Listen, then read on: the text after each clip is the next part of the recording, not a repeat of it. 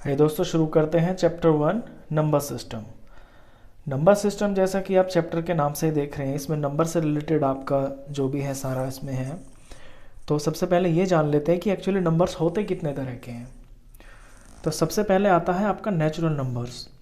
Natural numbers को आप counting numbers भी बोलते हैं। काउंटिंग यानी कि जिनसे हम गिनती कर सकें, और ये शुरू होते हैं आपके 1 से। 1 2 3 4 and so on. Whole number में आपका ज़ीरो भी आ जाता है, और इसके आगे फिर सारे के सारे आपके जो है नेचुरल नंबर्स हैं 1 2 3 4 5 एंड सो ऑन। तो नेचुरल और होल में सिर्फ इतना डिफरेंस है कि नेचुरल नंबर आपका 1 से स्टार्ट होता है और होल में ज़ीरो भी आ जाता है। ज़ीरो के आगे सारे नेचुरल नंबर्स। अब आते हैं इंटीजर्स पे। इंटीजर में क्या होता है कि all positive numbers and all negative numbers और आपका ज़ीरो भी। आपने देखा होगा नंबर लाइन पे यहाँ ज़ीरो होता है, और राइट साइड में आपके प्लस के नंबर होते हैं 1 2 3 4 सो ऑन। इधर -1 -2 -3 -4 इस तरह के होते हैं। तो ये आपके इंटीजर्स होते हैं, प्लस के माइनस के ज़ीरो। रैशनल नंबर वो नंबर होते हैं जिन्हें आप p/q की फॉर्म में लिख पाएँ, यानी कि फ्रैक्शन फॉर्म में लिख पाएँ। और इसके अंदर आपका जो q है वो ज़ीरो नहीं होना चाहिए, क्योंकि अगर आपका q ज़ीरो हो जाता है, फॉर एग्जांपल 2/0 हो गया, तो ये नॉट डिफाइंड होता है। ऊपर ज़ीरो हो सकता है, ज़ीरो आंसर आ जाएगा, 0/2 ज़ीरो आंसर आ जाएगा। लेकिन अगर डिनोमिनेटर में ज़ीरो होता है तो वो कोई नंबर होता ही नहीं है, वो नॉट डिफाइंड हो जाता है। अब रैशनल नंबर भी दो तरह के होते हैं। रैशनल नंबर में क्या होता है, एक तो होता है आपका टर्मिनेटिंग में जैसे कोई आपने सम किया, मान लीजिए ये डिवाइड किया आपने, यहाँ पे कुछ नंबर लिखा, यहाँ पे कुछ लिखा, मान लीजिए ये 5 लिख दिया मैंने, और इसको मैं 2 से डिवाइड करता हूँ। तो 2 2 ज़ार 4,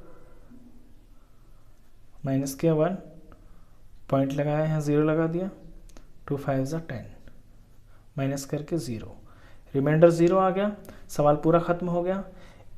अब ख़त्म होने को ही बोलते हैं टर्मिनेटिंग, यानी कि आपका सम पूरा आ जाए, रिमाइंडर 0 आ जाए तो आपका टर्मिनेटिंग होता है। इसमें एक दूसरी चीज़ होती है, जैसे कि 10 को 3 से डिवाइड किया, 3 3 ज़ार 9, 1, पॉइंट लगा के 0, फिर 3 ज़ार 9, माइनस किया तो 1 आ गया। अब पॉइंट लगा रखा है ऑलरेडी, तो आप हर स्टेप में एक 0 लगा सकते हैं। तो 3 ज़ार 9, फिर 1, फिर 3 ज़ार। तो ये ना कभी ख़त्म ही नहीं होगा, ये जो डिवाइड है ये आपकी कभी भी ख़त्म नहीं होगी।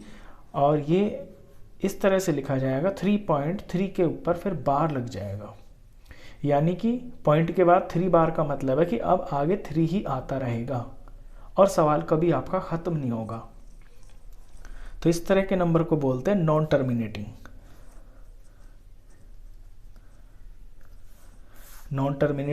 Repeating decimal. तो ये जो नॉन टर्मिनेटिंग रिपीटिंग डेसिमल होता है, ये भी आपका रैशनल नंबर होता है। अब एक तीसरे तरह का होता है। तीसरे तरह के में क्या होता है आपका, कि मान लीजिए आपने यहाँ किसी नंबर को किसी नंबर से डिवाइड किया, यहाँ पे आपका 3 आ गया, पॉइंट आ गया, फिर 3 आ गया, फिर 4 आ गया, फिर 7 आ गया, फिर 8 आ गया, फिर 1 आ गया, फिर कुछ भी इस तरह से उल्टा सीधा कुछ भी आए जा रहा है, और ना तो वो सवाल ख़त्म हो रहा है और ना जो आगे के नंबर है एक प्रॉपर तरीके से रिपीट हो रहे हैं, या तो रिपीट हो रहा है। तो इस तरह के जो नंबर होते हैं ना, वो आपके इर्रेशनल नंबर होते हैं। तो ये तो बेसिक नंबर्स का जो है इंट्रोडक्शन था। आइए आपकी एक्सरसाइज 1.1 से पहला क्वेश्चन करते हैं।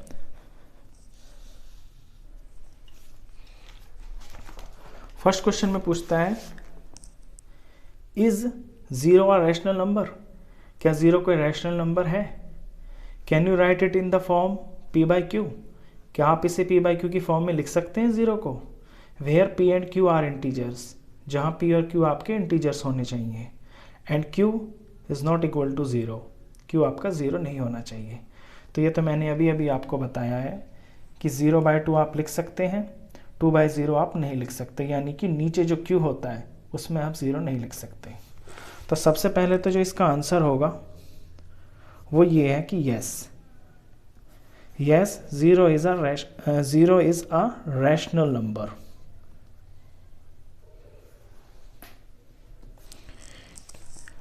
अब can you right in the p by q form, क्या आप इसे p by q की फॉर्म में लिख सकते हैं? लिख के दिखाते हैं। देखिए 2/0 लिख सकता हूं मैं, सॉरी 0/2 लिख सकता हूं, 0/4 लिख सकता हूं, 0 कुछ भी लिख सकता हूं, 0/20 लिख सकता हूं। तो ये रैशनल नंबर है और इसे मैंने p by q की फॉर्म में लिख के दिखा दिया। नीचे 0 नहीं लिख सकते हैं। तो ये आपका फर्स्ट क्वेश्चन था। सेकंड क्वेश्चन है इसका, find 6 rational numbers between 3 and 4। 3 and 4 के बीच में आपको 6 रैशनल नंबर्स फाइंड करने हैं। क्वेश्चन नंबर 2, अब 3 और 4 नंबर लाइन पे आप देखेंगे, जैसे कि यहाँ 0 है, 1 2 3 और ये 4।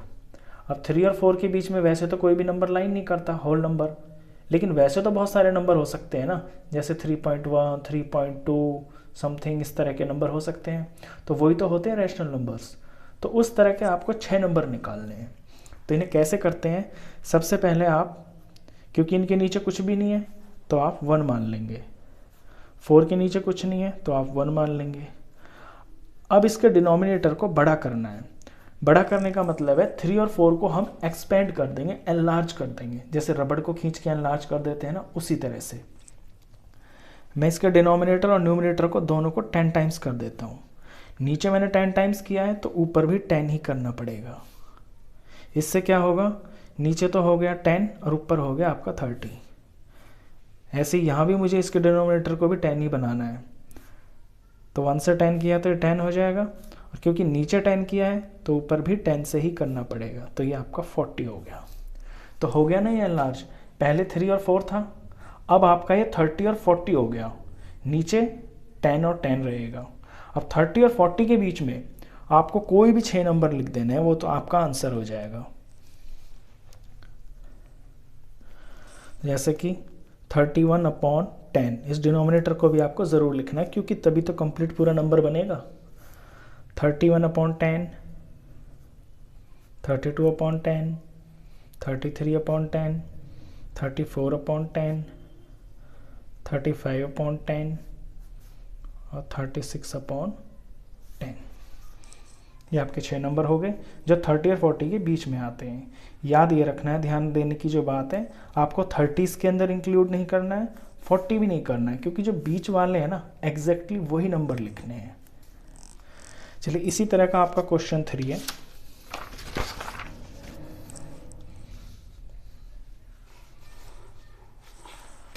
क्वेश्चन 3 में find 5 rational numbers between 3/5 and 4/5। यहाँ पे आपको 2 नंबर दिए हैं, इनके बीच में आपको 5 रैशनल नंबर्स निकालने हैं। थर्ड क्वेश्चन है 3/5 एंड 4/5। सबसे पहले क्वेश्चंस को इस तरह लिखेंगे आप, 3/5, 4/5। अब नीचे का डिनोमिनेटर तो सेम है, लेकिन 3 और 4 के बीच में आपके 5 नंबर्स नहीं आते हैं, तो इसको एनलार्ज कर लेंगे। मैंने 10 से मल्टीप्लाई करूँगा तो ऊपर भी 10 से करना पड़ेगा, तो नीचे 50 आ जाएगा और ऊपर 30। अब जो डिनोमिनेटर यहाँ बनाते हैं, एग्जैक्ट दूसरे में भी वही बनाना होता है, तो इस 5 को भी 10 से करके ही आपका 50 बनेगा। अब यहाँ 10 से किया है तो यहाँ भी 10 से ही करना पड़ेगा न्यूमरेटर में, तो 40 हो गया। अब सेम टू सेम एग्जैक्टली जैसा आपका सेकंड क्वेश्चन था, उसी तरह से 30 और 40 के बीच में आपको 5 नंबर लिख देने हैं, तो आंसर हो जाएगा आपका 31/50, 32/50, 33/50, 34/50, 35/50। ये 5 नंबर आ गए हैं। अब इसी क्वेश्चन में एक चीज़ मैं आपको और बताना चाहता हूँ। यहाँ तो आपसे 5 पूछे और आपने इसको 10 गुना कर दिया तो आपके 5 नंबर आ गए, लेकिन क्या हो कि अगर आपसे कोई 20 नंबर पूछ ले तो उसके अकॉर्डिंग ना आप अपने सवाल को एनलार्ज कर लेंगे। यानी यहाँ मैंने 10 से मल्टीप्लाई किया, आप इसे 20 से कर दें, 30 से कर दें, तो उससे आपके जो ऊपर वाले नंबर है ना न्यूमरेटर, ये तो एनलार्ज हो जाएंगे और डिनोमिनेटर भी ऑफ कोर्स इसके साथ बढ़ेगा ही, लेकिन आपको बीच के नंबर्स मिल जाएंगे। चलिए इसके बाद करते हैं आपका क्वेश्चन नंबर 4। क्वेश्चन 4 है state whether the following statements are true और false, give reasons for your answers. कहता है कि ट्रू और फॉल्स बताइए और रीजन भी बताइए। Every natural number is a whole number, क्या हर नेचुरल नंबर आपका होल नंबर होता है? तो नेचुरल नंबर तो होते हैं आपके 1 से लेके, ये मैंने बताया कि नेचुरल नंबर्स जो होते हैं वो आपके 1 2 3 4 5 सो ऑन होते हैं। तो क्या ये होल नंबर भी होते हैं? ऑफ कोर्स होते हैं, क्योंकि होल नंबर जो है ना वो आपका 0 से शुरू होता है। तो जितने भी नेचुरल नंबर होते हैं वो होल नंबर तो होते ही हैं, तो ये आपका ट्रू हो जाएगा। और रीजन में आपको यही लिखना है, as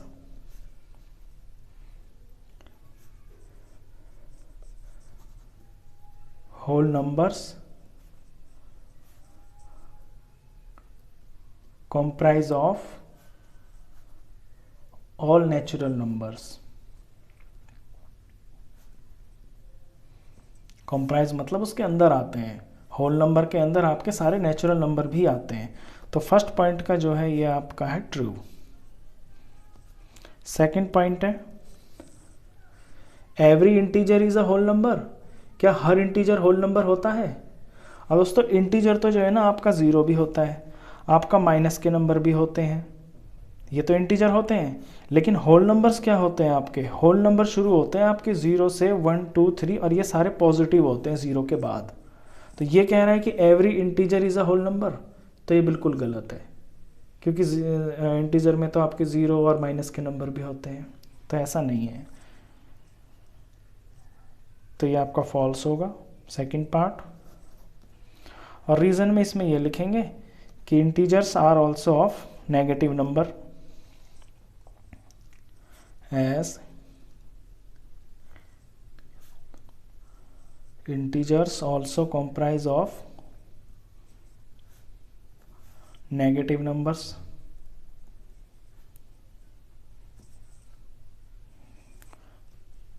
third part every rational number is a whole number, क्या हर रैशनल नंबर होल नंबर होता है?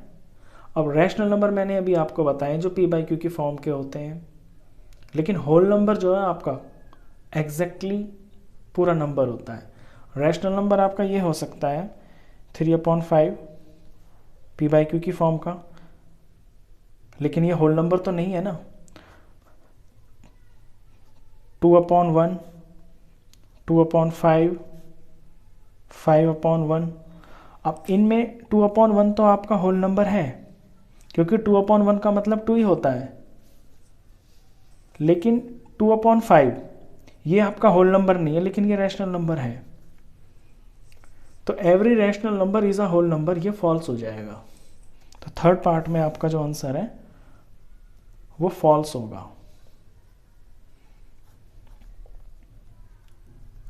क्योंकि और fractional numbers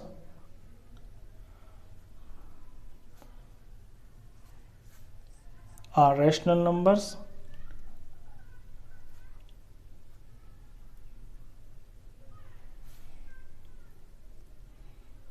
while they are not whole numbers।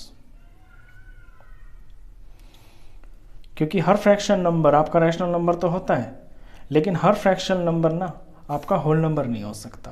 Whole number आपके 0 और उसके आगे 1 2 3 4 5 ये सारे नंबर होते हैं। दोस्तों ये आपका एक्सरसाइज 1.1 थी, इसके 4 क्वेश्चंस थे और इसका इंट्रोडक्शन था। आई होप आपको ये समझ में आया होगा अच्छे से। वीडियो अच्छा लगा हो तो प्लीज़ इसे लाइक कर देना, और 9th क्लास का कंप्लीट मैथ्स पढ़ने के लिए आप